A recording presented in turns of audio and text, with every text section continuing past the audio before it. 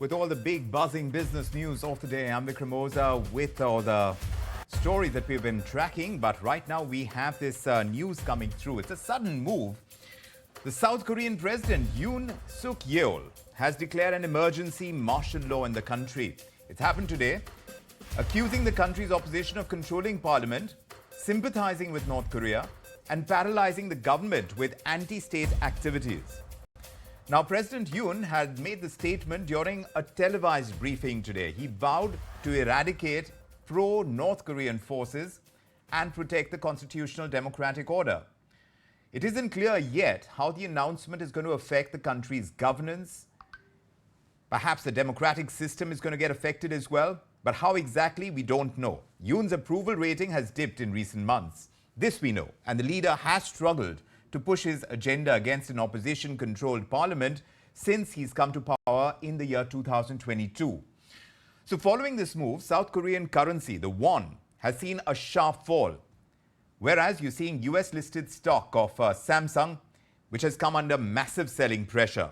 So is this going to take a deeper kind of fall as far as emerging markets go? From that quotation that we've got from the president, he says, I declare martial law to protect the Free Republic of Korea from the threat of North Korean communist forces, to eradicate the despicable pro-North Korean anti-state forces. This is what President Yoon has said by way of discussing and kind of putting out there that he's putting a martial law in place in the country. So we are turning our focus to this dramatic turn of events in South Korea, where President Yoon Suk Yeol has declared that emergency martial law. And to put that into context and the larger repercussions, geopolitical and the market implications of this development, we have Madhav Nalapat joining us. He's a geopolitical analyst. And market expert Ajay Bagga is also with us. Let's dive into this unfolding situation and its potential global impact.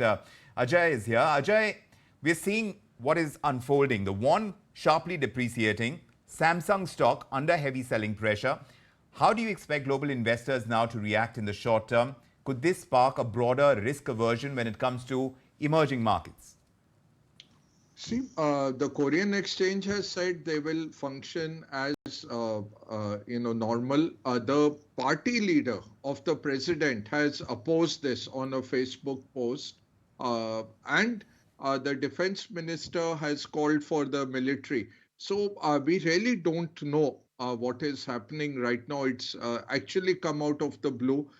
There have been political wranglings on the budget, and this is a minority government which would not survive a floor test. So overall, it's a very big surprise, and I'm sure the allies of South Korea, from Japan to the US to Europe, are working on the back channels to see how this situation can be diffused. It is not a country for the last few decades which is really, a dictatorial country. It's a very strong democracy standing up to its communist neighbors. So it's very critical that democracy is protected. In terms of risk assets, there is an impact. South Korea is a big part of the global supply chain, and anything disruptive would see a fair bit of risk of happening. But again, I think the democratic institutions are strong enough, and the army will really not intervene out of the blue like this. That's the best scenario we can have. There's a big US military presence in South Korea as well. So there is a very strong treaty there in place, and I'm sure those telephones are being worked on right now. Yes, indeed. One would hope so, though there isn't much clarity on the situation on martial law that has been put in place in South Korea. Professor Nalapat is here, and perhaps he'll help us understand the situation better, because South Korea, we've always known as a strong democracy, Professor. Now, President Yoon's declaration of martial law raising significant concerns over here. How do you see this impacting geopolitical positioning where South Korea is concerned, especially given its proximity to North Korea, and of course that alliance with the US as well that Ajay Bagga is just speaking to us about? Well, I want to tell you the bits and pieces of information that I have gathered. Yes. My sources across the different time zones.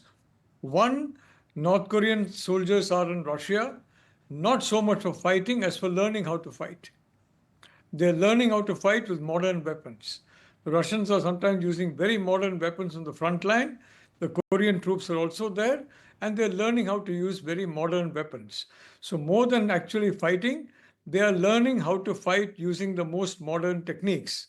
I think that cannot be a secret, but it's obviously not something that has been publicly mentioned.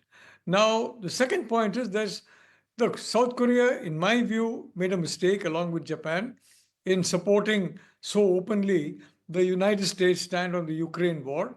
The Ukraine war had nothing to do with South Korea, frankly. It had nothing to do with Japan. They're connected with the Indo Pacific, they're connected with Asia, not with Europe and the Atlantic. And India did not make that mistake. We kept out of it, and very wisely so. And we have gained a lot as a consequence of that, including, frankly, the United States is very clear. They are not going to punish us because they need us too much. They are not going to punish Japan or South Korea either. Taiwan's a different situation. But both these countries now, they have invited the ire of Russia. Now, that is a very, very important development, quite frankly. And so far as Japan is concerned, during the entire Second World War, the Russians did not do anything in the Japanese frontier, except the very end of the war, when the Japanese had lost the war. Otherwise, they did not intervene. And that was extremely helpful to the Japanese. Now they have taken on the Russians as well. And the Russians are pretty good at technology. Right. So, quite frankly, this is a geopolitical mistake.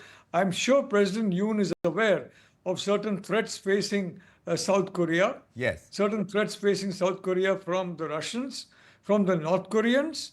And I think he has imposed it because he's desperate for a budget. Right. And I think in his desperation, he has made a mistake because, you can't do this kind of thing. It's been far better to call groups of parliament members together and brief them on the situation so that the budget gets passed. Right. This is no way, quite frankly, Yes. that you Quite operate unknown in a to South democracy. Korea and its politics. But Professor, South Korea is a major player. Like Ajay Bagga was also saying, it's a major player in the global technology supply chain. We are looking at Samsung's US-listed stock, which has come under great pressure. The won has taken a sharp fall. How might this move impact foreign investor confidence in South Korea's markets? Because like we are saying, this is not known to Korean politics. Look, I'd like to say that this is the age of friendshoring. This is the age of decoupling. And you have to decouple because the world is now split into two blocks, both hostile to each other. And it's only a question of time when a kinetic conflict will break out between the two blocks. Let's be honest about it. It may happen I've been predicting 27, 27 as a possibly a critical date in which can happen. I don't know. It could be a few years to and fro, but it could well happen. Obviously, South Korean president has acted under the pressure of knowledge of a terrible imminent threat to South Korea. Now, rather than keep it secret, he needs to convey it to groups of politicians rather than keep it secret. Because I'm sure he's also aware about the purpose of these North Korean soldiers in Russia. Now, I think in a democracy also, even though there are national security issues involved, the greatest security is from your own citizens being well informed.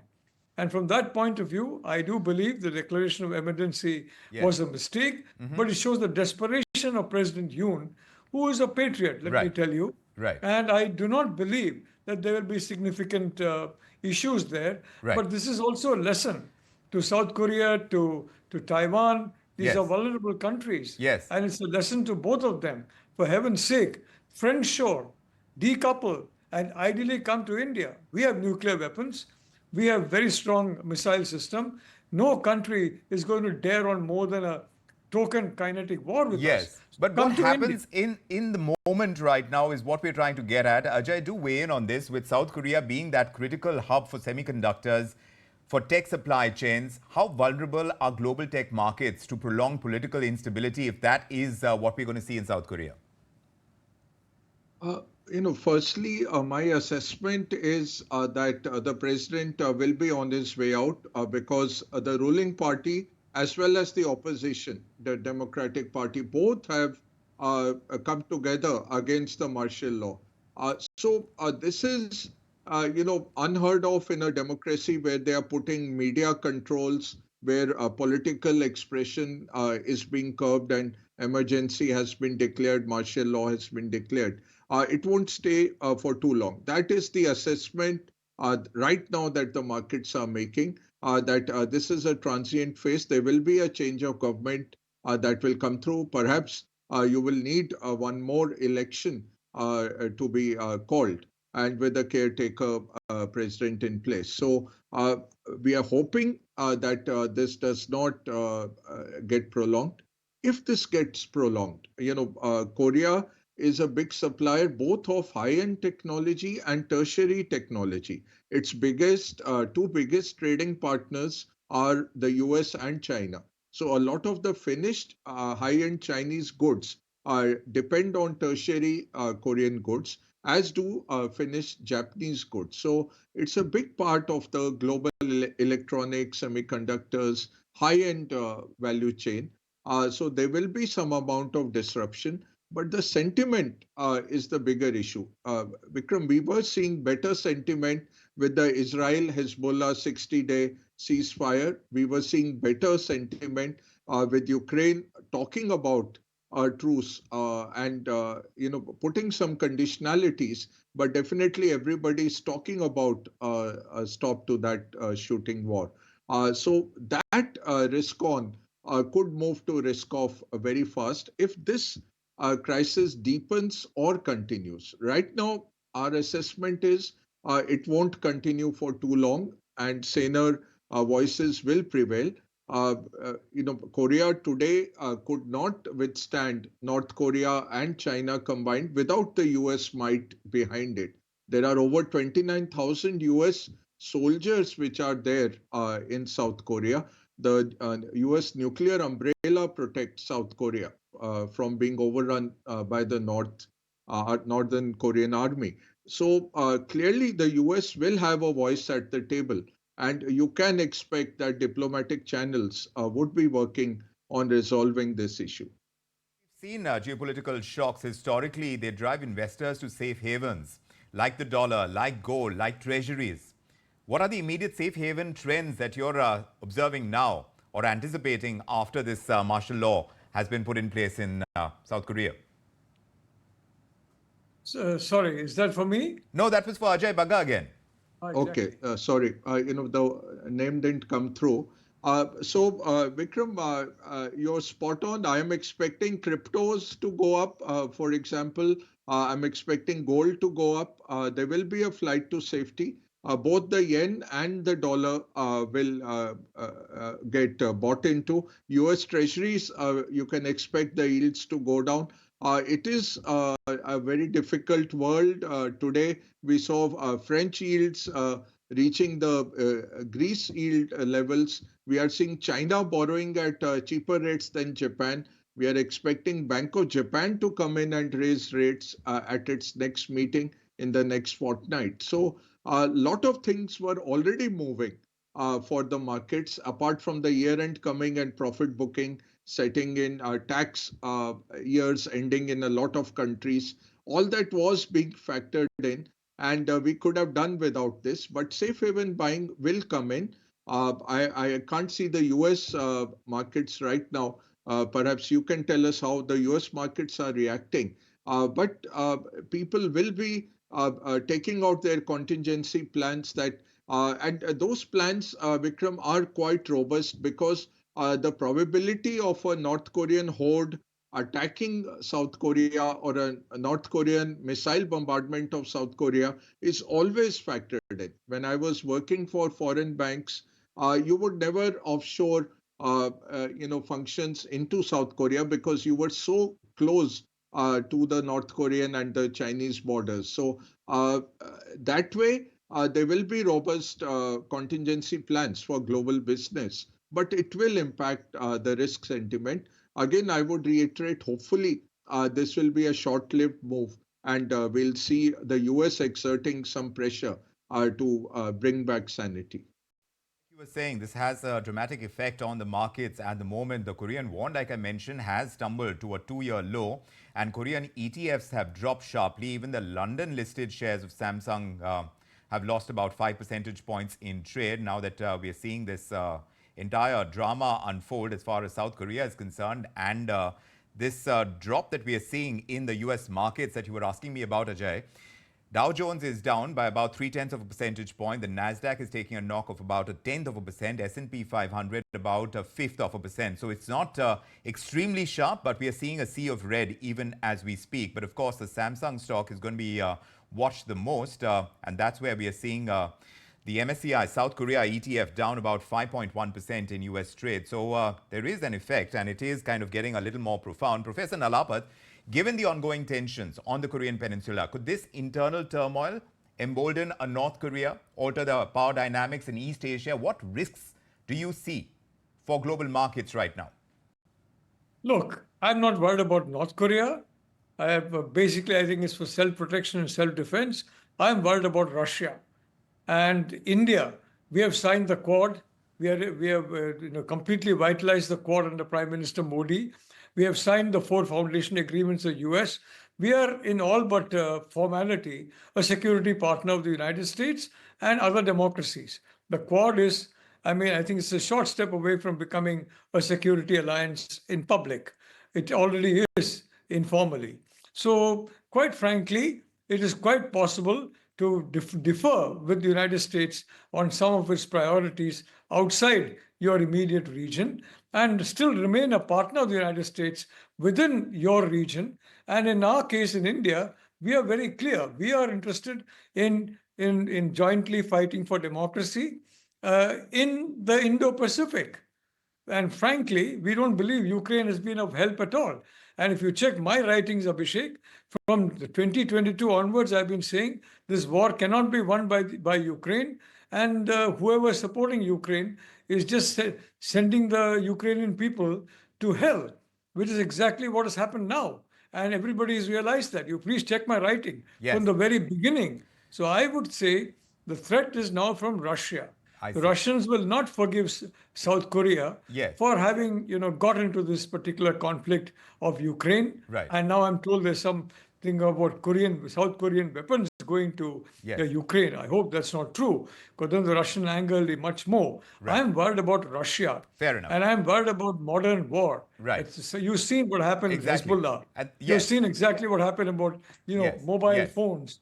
And you've seen what happened with these handsets. Yes. You've seen all that. Yes. So frankly, I am worried about the Russians, and I believe the Japanese and the South Koreans acted wrongly in provoking the Russians and basically making them as big an adversary as the Chinese. Ajay Bagga, yes, let me take that across to Ajay Bagga very quickly if you can. How does this situation in South Korea compare to any of the past political crises that we've seen in other developed economies, Ajay? Are we likely to see a similar pattern of asset rotation, volatility?